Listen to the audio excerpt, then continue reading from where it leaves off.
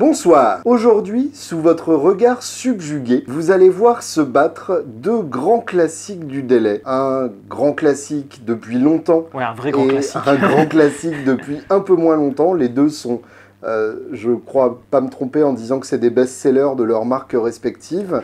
Le Anasounds Utopia et la Carbon Copy de MXR. C'est parti.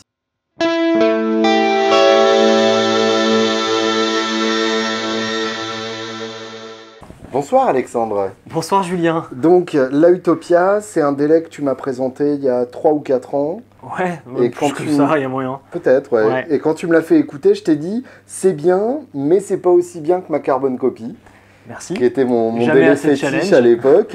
Ouais. Et au fur et à mesure, mon avis évolue. Et donc on va voir aujourd'hui si je reste accroché à ma vieille référence comme une bernique à son rocher. Parle-nous un peu de la Utopia. Bah déjà, voilà, tu mets la barre très haute. Hein. Dès le début, tu me dis, bon, c'est pas aussi bien que ma Carbon Copy, qui est donc la légende quand même du delay en petit format comme ça.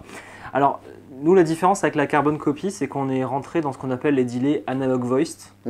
Donc, c'est des delays... pas analogiques. Alors, ça, c'est le grand combat. Il y a quelque chose à expliquer là-dessus, je pense qu'on va y revenir un peu plus tard. Ok, très bien. Mais en gros, ouais, dans la tête des puristes, le analog delay, c'est le BBD. Et ensuite, tu as le numérique vraiment, c'est le DSP. Donc BBD pour Bucket Brigade et DSP pour les processeurs de signaux numériques. Et la Utopia, c'est entre les deux. C'est le analog voiced, donc c'est un PT2399, une puce qui te crée un délai numériquement. Mais la filtration qui est dans le delay est analogique. Dans le delay, dans la puce elle-même, tu as des AOP, tu as des filtres analogiques dedans, quoi. Ok, donc c'est hybride quelque part. C'est une sorte de hybride. Dans le Bucket Brigade, on est obligé de mettre un filtre anti-repliement. Et c'est ce qu'on retrouve quand on fait du DSP, donc du numérique, pour éviter justement d'avoir des artefacts, des problèmes de limitation de fréquence. Et donc finalement, il y a ce paradoxe du... Aucune pédale n'est vraiment analogique. Oui, d'accord, ok. Il n'y a pas de pure analogie. Non, on est obligé de rester sur les systèmes qu'on connaît bien et qu'on vous invite à regarder dans la vidéo Brian May, sonner comme Brian May. Donc on parle justement des tape delay. Oui, les échos à bande qui pour le coup sont purement analogiques. Là, tu peux pas faire mieux. Mais justement se cassent de manière analogique aussi. Mais tu sais que suite à ça, avec Loïc, on a passé un petit peu de temps à regarder. Tu avais aussi des sortes de rouleaux, là, des disques. Oui, le EcoRec Johnson. Oh, c'est excellent ça aussi. Les disques magnétiques, ça c'est vraiment cool. Donc voilà, il y a eu plein de manières de répliquer ce qui est finalement à l'origine un effet qu'on fait avec des bandes de studio. Voilà. Et puis donc après, il y a eu l'arrivée des pédales de délai Bucket Brigade. Bucket Brigade, c'est ça, c'était la première historiquement. Avec la Boss violette. La DM2, ouais, la DM2, c'était la première. À ma connaissance, c'est la première, ouais. D'accord. Ou en tout cas, celle qui a le mieux marché en premier avant les autres. Je me demande quand est-ce que la Electro Harmonix, la Deluxe Memory Man est sortie. Ouais, ça c'est une très bonne question. Mais en tout cas, ça a l'air d'être proche. Ouais, ça doit être dans les mêmes eaux. Ouais. Et la Deluxe Memory Man, effectivement, introduit une modulation par rapport à la Boss qui la rend plus complexe.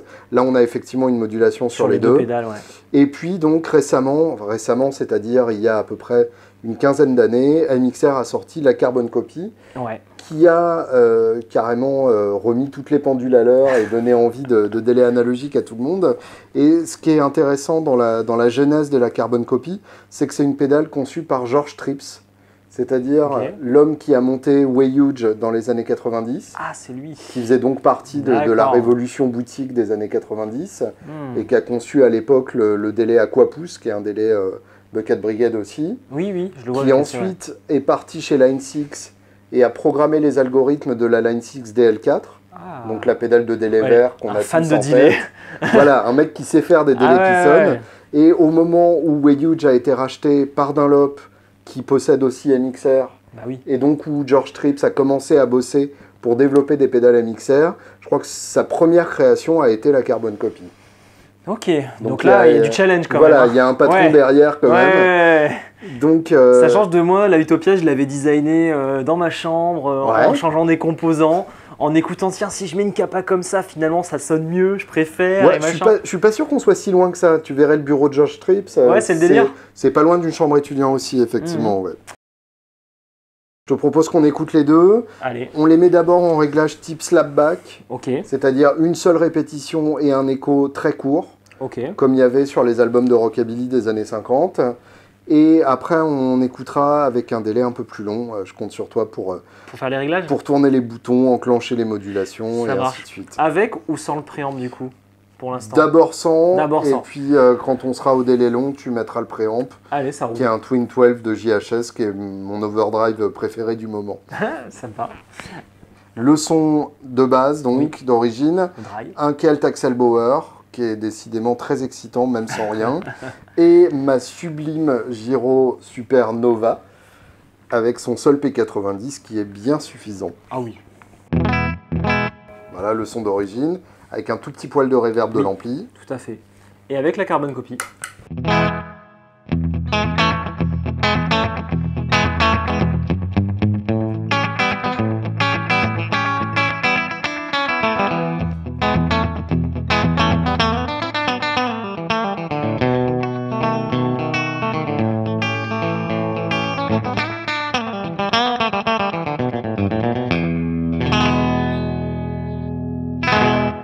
Ok, donc ça c'était le son slapback. Ouais. Qu'est-ce que t'en penses? Pour moi c'était vachement proche. Ouais, moi j'ai tendance à trouver la Utopia un poil plus riche dans ce domaine-là. Plus clair en fait. Ouais, moi j'entends plus de choses dans la matière. D'accord, ok. Ce qui veut pas dire que je me le refasse. C'est mieux. Parce que la carbone copy, peut-être dans le cadre d'un groupe, sera un peu moins envahissante et du coup pourra être mise plus fort pour s'entendre mieux. C'est une histoire de mix. Ouais, c'est ça. C'est la façon dont je l'avais conçu, c'est que je voulais des aigus dans la Utopia. Ah, d'accord. Et... Ce que, effectivement, la carbone copy n'a pas du tout. Voilà. D'où le fait qu'ils ont sorti il y a 2-3 ans la carbone copy Bright. Ouais, c'est ça. Mais c'est le problème en fait sur la plupart des délais analogiques et même des PT2399 que j'ai pu essayer. À chaque fois, les aigus sont filtrés parce que quand tu mets des aigus, tu introduis du bruit. Ouais, d'accord. Donc nous, on a préféré en fait brider le temps max que tu as naturellement mis, tu vois, au même niveau parce qu'on a tous l'habitude de régler, tu vois, de notre façon. Bien sûr. Mais nous, le temps max de delay est de 400 millisecondes. Là-dessus, je pense que c'est du 600. Ouais, ça doit pas être très loin. Ou pas très loin, ouais. Mais en tout cas, voilà, on a bridé le temps max pour avoir plus d'aigus. D'accord. Et à l'intérieur, tu as un deep switch pour repasser à 600. Et là, par contre, tu prends du bruit. Je vois. Mais c'est ton choix, en fait. Tu choisis mais pour faire du noise. Après, effectivement, les deux étant proches, je suis pas sûr de faire la différence en aveugle. Épate-moi comme une de tes femmes françaises.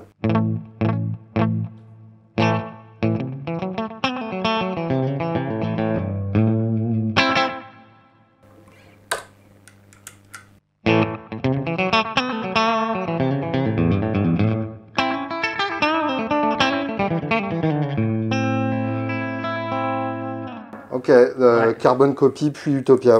Eh ben c'est pas ça. C'est pas ça? Ça fait du sur la Carbon Copy. Merde, incroyable, d'accord. Pourtant, je me suis dit que tu allais reconnaître à cause des foot switch. Eh ben même pas. J'ai fait exprès de le taper fort pour pas que tu entendes la différence. Et bah d'accord, donc effectivement, il y a encore moins de différence quand on les voit pas. Ouais. C'est ça, donc je pense que sur le slapback ça s'entend pas. De toute façon, les délais de ce format-là, pour le slapback c'est vraiment bien. Parce que tu mets un temps court, tu te prends pas trop la tête et ça fait le rockab en 2 secondes. Quoi. Direct, ouais, il n'y a pas à se complètement. prendre la tête. Oui, contrairement au délai DSP. Ah là, ouais, c'est fini. Genre les multi-effets de délai à la timeline ou... Enfin, tu peux, mais c'est juste que tu as envie de faire autre chose. Mais il n'y a pas cette épaisseur de grain, effectivement. C'est ça. Ok, on écoute des délais longs avec un peu de crunch. Alors, délais longs avec un peu de crunch. On n'active pas encore la modulation. Tu vas la mettre pendant que je joue. Comme ça, on entendra la différence. Ça va être subtil. Hein. Ouais. Ouais, ok. Allez, ça roule. Je pense un truc comme ça. De toute façon, dans la pignole. Ok.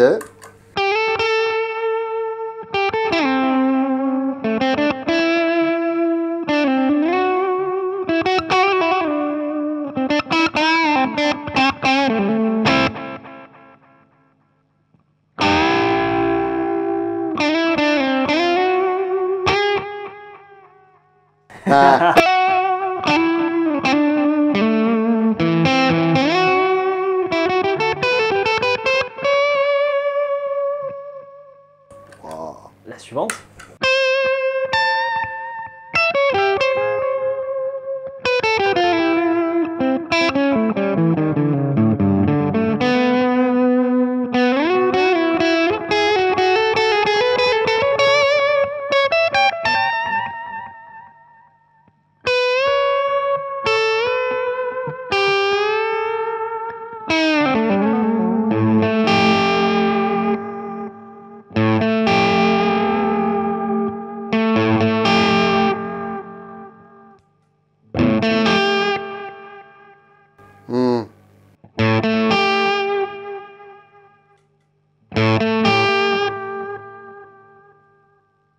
Ok. Alors là, il y a quand même une différence un peu plus notable. Ouais, mais ça reste assez... je suis assez dubitatif quand même. C'est-à-dire, tu trouves que c'est vraiment proche? Ouais. Ouais. Enfin, tu sens, voilà, là il y a son côté un peu quand brown même sound. Très sombre. Ouais, et là, t'as le côté un peu plus bright, ouais. mais ça reste quand même assez proche. Hein. Oui. Bah vas-y, tiens. On repart sur l'aveugle.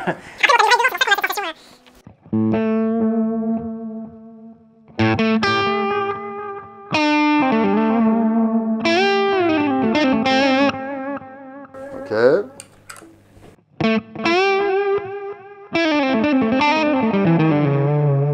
Ok, Carbone puis Utopia. Yes.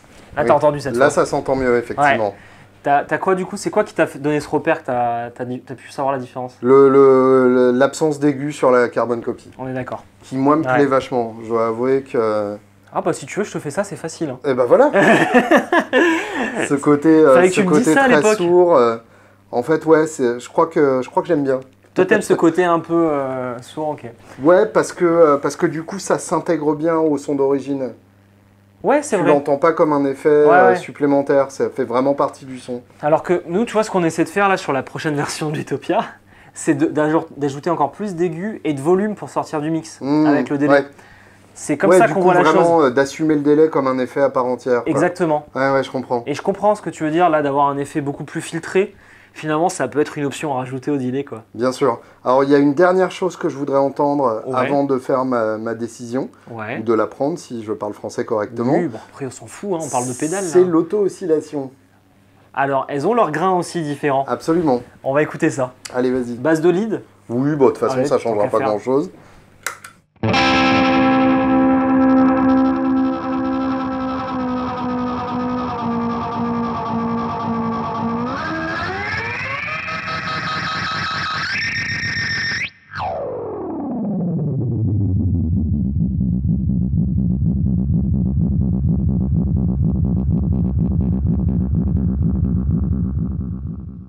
Bon, ça j'adore. Ouais. Ça c'est la raison pour laquelle j'ai eu une Carbone Copy sur mon board pendant des années. Mais il manque le switch de la bosse pour l'enclencher avec le pied.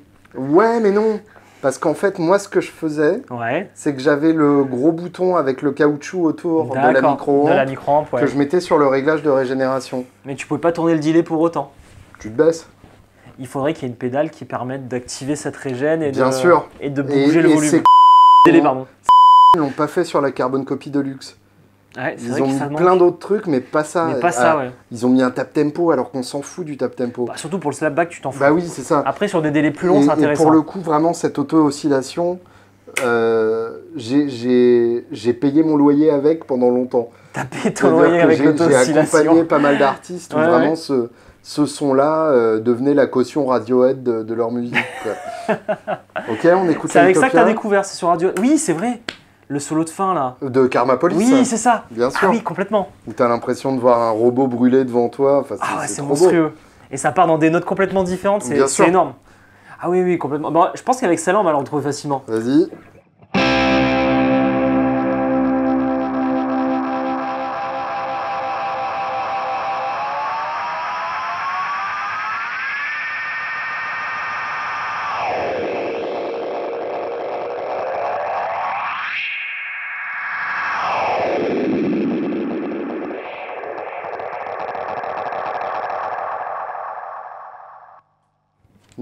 Non, c'est pas ça. C'est pas ça. C'est pas mon robot qui brûle. C'est pas ton robot. Celui-là, ça fait plus un effet lo-fi. Ouais, il y a plus un côté soucoupe volante. Soucoupe volante. Mais qui arrive discrètement. D'accord. Soucoupe volante, mais qui se pose sur du gazon. Ah oui. Ouais, c'est ça. Je vois l'idée. Donc, la soucoupe volante qui sert de tondeuse à gazon. Donc là, pour tout le reste... Je pourrais tout à fait être heureux avec la Utopia. Mais toi, ton cœur va à la Carbone Copy. Pour l'auto-oscillation, voilà, je donne mon point de son à la Carbone Copy. Bon, j'ai pas encore réussi à te convaincre. Il faudra encore quelques années. Il faut encore que tu arrives à faire ce bruit de robot qui brûle. Bon. Côté esthétique, tant qu'on est dans les critères purement subjectifs, je dois avouer que le côté paillette verte est quand même assez difficile à battre. Ah d'accord, à battre carrément. Ouais. J'ai cru que tu allais dire difficile à assumer. Ah non, au contraire. Au Toi, contraire, parce qu'en plus, avec la LED bleue, là, les deux LED bleues... Ouais, tout ce qui est de mauvais goût, c'est ce que t'aimes, quoi. Ah, mais moi, je veux une guitare de cette couleur-là. Bon, Tony, si tu nous entends. La Utopia, ce serait l'édition limitée au Kusai, j'hésiterais un peu plus. Ah, bon, la fameuse, qu'on avait fait avec Florent, en plus. Voilà, Florent Garcia qui avait fait le design. Celle-là était vraiment canon. Ouais. Ah, bon, Donc, elle a été vendue qu'en une dizaine d'exemplaires et la plupart chez vous de Brasse de luxe. C'est pas faux. J'aurais dû en garder une. Mais là, voilà, c'est vert, ça a des paillettes, quoi. D'accord. Bon, après, on fait ce qu'on peut, hein, niveau goût. Faut pas qu'on te confie la déco de Palf. J'aime les paillettes, voilà. Bon, 1 point pour la MXR. Donc 2. Donc 2 avec le son. On passe aux critères objectifs. Ouais. Le foot switch, là je crois qu'il n'y a pas trop de débat, rien qu'au bruit, on entend que d'un côté c'est un truc bien de base et que de l'autre côté ils se sont fait un peu plus chier. Voilà, ça complètement on a mis un foot switch à relais, donc ça c'est incassable. Et puis ça veut dire pas de gros POC dans l'ampli quand tu l'enclenches. C'est ça, et surtout quand tu fais des scènes où il y a un bas volume, c'est intéressant. J'ai eu plein de gens qui m'ont demandé ce switch sur toutes les pédales. On veut l'enclencher discrètement. C'est ça. Parce que ça arrive souvent que ce soit sur des nappes un peu clean, etc. Carrément. Donc là, effectivement, la Utopia, clairement, emporte le point. Merci. Ok. Finalement, juste pour le foot switch. La technologie employée. Donc là, on va pouvoir se pignoler un peu. C'est l'heure de la pignole. Donc là, la carbone copy, c'est ce qu'on appelle du bucket brigade. C'est ce qu'on disait tout à l'heure, voilà, bucket brigade. C'est-à-dire des petits pompiers qui se passent un seau d'eau pour éteindre un incendie. Exactement, avec les pertes qui passent... Que ça sous-entend, avec l'eau qui se renverse. Ouais. Donc tu envoies ton seau, il y a un peu d'eau qui gicle à côté, tu envoies au suivant. Donc l'eau, c'est ton son. Exactement. Et les petits pompiers, c'est ton délai. Alors le pompier, c'est la cloque qui est à l'intérieur, c'est pour ça qu'on parle de semblant de numérique. Tu as quand même une cloque, tu as un filtre anti-repliement, etc. Ouais. C'est complètement analogique, mais juste, il y a un débat lancé là-dessus, je pense. Et le seau d'eau, c'est ton signal. Et qu'est-ce qu'on disait, le fait de passer de seau en seau. Le seau en lui-même, voilà, le seau, c'est la porte logique qui permet d'activer les CAPA. D'accord. Ouais, c'est un gros bordel. Mais en gros, c'est la techno qu'ils ont pu inventer à l'époque. Tu vois d'ailleurs le finalement silicium. Toujours à l'heure actuelle le seul moyen analogique d'obtenir un délai sur une pédale. C'est la seule technologie validée analogue. Ouais, d'accord. Ouais. Tandis que la PT2399 sur la Utopia, ça a été communément accepté par la plupart des fabricants. T'en as chez, je ne vais pas citer les marques, mais il y en a plein. La plupart des marques. Il y a quoi d'autre comme modèle Je pense que Wampler, JHS, Earthquaker, ils sont tous passés par là. Tout le monde a utilisé la PT2399 à un moment. Tiens, du moment qu'il n'y a pas trop d'options, c'est du PT. C'est du PT, ouais. Sinon, c'est du DSP. Encore dans le DSP, tu as 2 versions, on va dire. D'accord. Mais déjà, sur la classique en PT2399, c'est la Mad Professor Deep Blue Delay. Je vois, d'accord. C'est le premier à avoir introduit ce truc-là. Ok.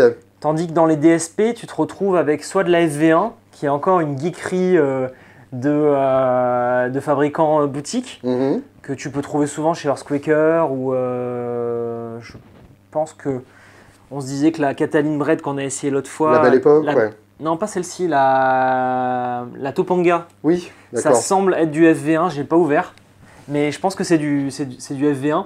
Tandis qu'après, quand tu vas sur du Strymon, ça c'est du vrai processeur, avec un vrai processing de qualité. Donc voilà, la FV1, moi, pour avoir travaillé dessus et avoir tenté de faire une reverb à ressort avec ça, j'ai été assez déçu. Ouais. D'où le fait qu'on reste sur cette puce qui est semblant d'analogique. D'où la qualité des Strymon aussi, les Strymon, qui n'a rien à voir avec beaucoup de numérique classique. Ah oui, ça n'a rien à voir. Pour moi, ça c'est un autre niveau.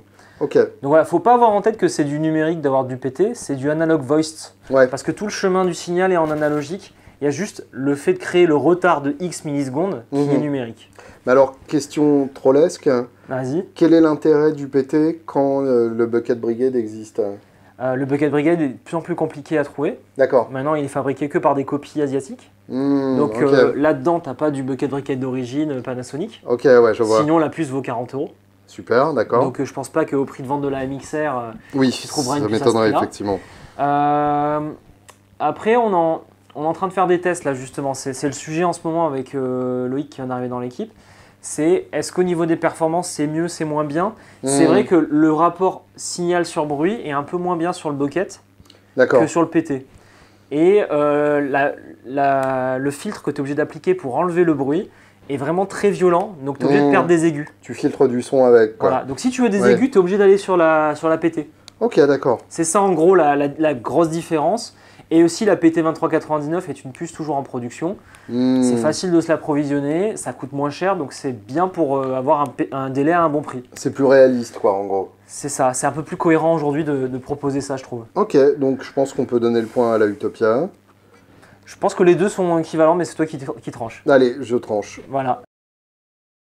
On arrive sur les réglages externes. Là, pour le coup, c'est exactement la même chose. Oui, on ne s'est pas du tout inspiré.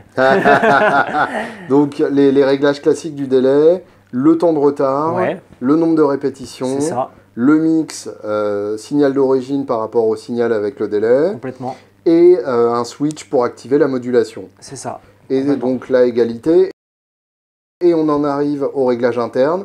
Et encore une fois, là, c'est les mêmes. C'est les mêmes dedans? Ouais, t'as regardé, je connais pas sur la carbone copy. On peut calibrer tout simplement la modulation de façon plus ou moins extrême. Et est-ce que tu as un filtrage d'effet tape dans la carbone copy? Non, absolument pas. On a mis ça sur la Utopia, c'est pas ultra efficace, ça marchouille on va dire. Okay. En gros, ça te permet de libérer le côté un peu lo-fi ou de le filtrer. D'accord. Voilà. Ouais, par donc contre, quand même du coup un demi-point pour la Utopia sur les réglages internes. Ensuite, la lime, là pour le coup, c'est du 9 volts dans les deux cas. Oui, c'est la même chose. Surtout pas de 18 volts. Attention, je te vois. Pas. Voilà. La taille. Le père Bitoud va s'énerver. Déconnez pas, les gars. La taille, la Utopia est un poil plus haute. C'est vrai, et plus grande au final. Un poil plus grande, ouais. Ouais. On a les jacks sur le dessus. Les jacks sur le dessus, donc là, je pense qu'on peut dire égalité. Oui, complètement. La fabrication, France d'un côté, États-Unis de l'autre. Et surtout, c'est du composant traversant, analogique, comme il faut. Ouais. Là, c'est de l'usine. Oui, d'accord. Voilà. Après, Made in China, ça, je sais pas. Non, je crois que c'est Mixer, c'est USA. Hein. Ça, c'est bien. C'est une usine, mais aux États-Unis, avec des gens qui sont payés à peu près correctement. Le CMS, c'est pas un problème. Hein. C'est pas un problème. Et moi, je suis pour évoluer. Verdict final hein. Bah, tu repars avec la Mixer. Je dois avouer que j'hésite un peu plus que ça quand même. Ah, quand même. Ouais. Finalement. Oui, mais la Mixer, elle a des répétitions, il n'y a pas de soucoupe volante. En fait, je pense que l'Utopia me plaît plus pour les répétitions normales. Oui, d'accord. Mais la carbone copy pour les auto-oscillations. Donc, si je ne me servais du délai que comme un délai, je prendrais la Utopia. D'accord. Si je me servais du délai comme un effet chelou, ce serait la carbone copy. J'ai compris. Et ce qui est complètement honnête. Je te propose qu'on les écoute toutes les deux ensemble. Et c'est quoi le jingle déjà? Toutes les pédales.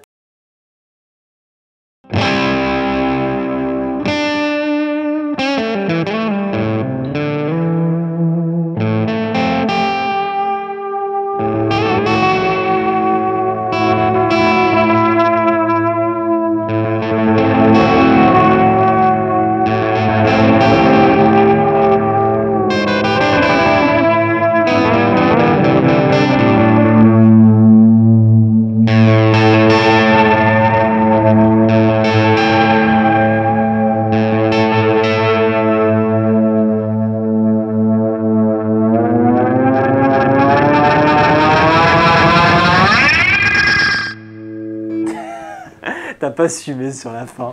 Ah non, j'aime bien le côté aussi. On rattrape. Voilà.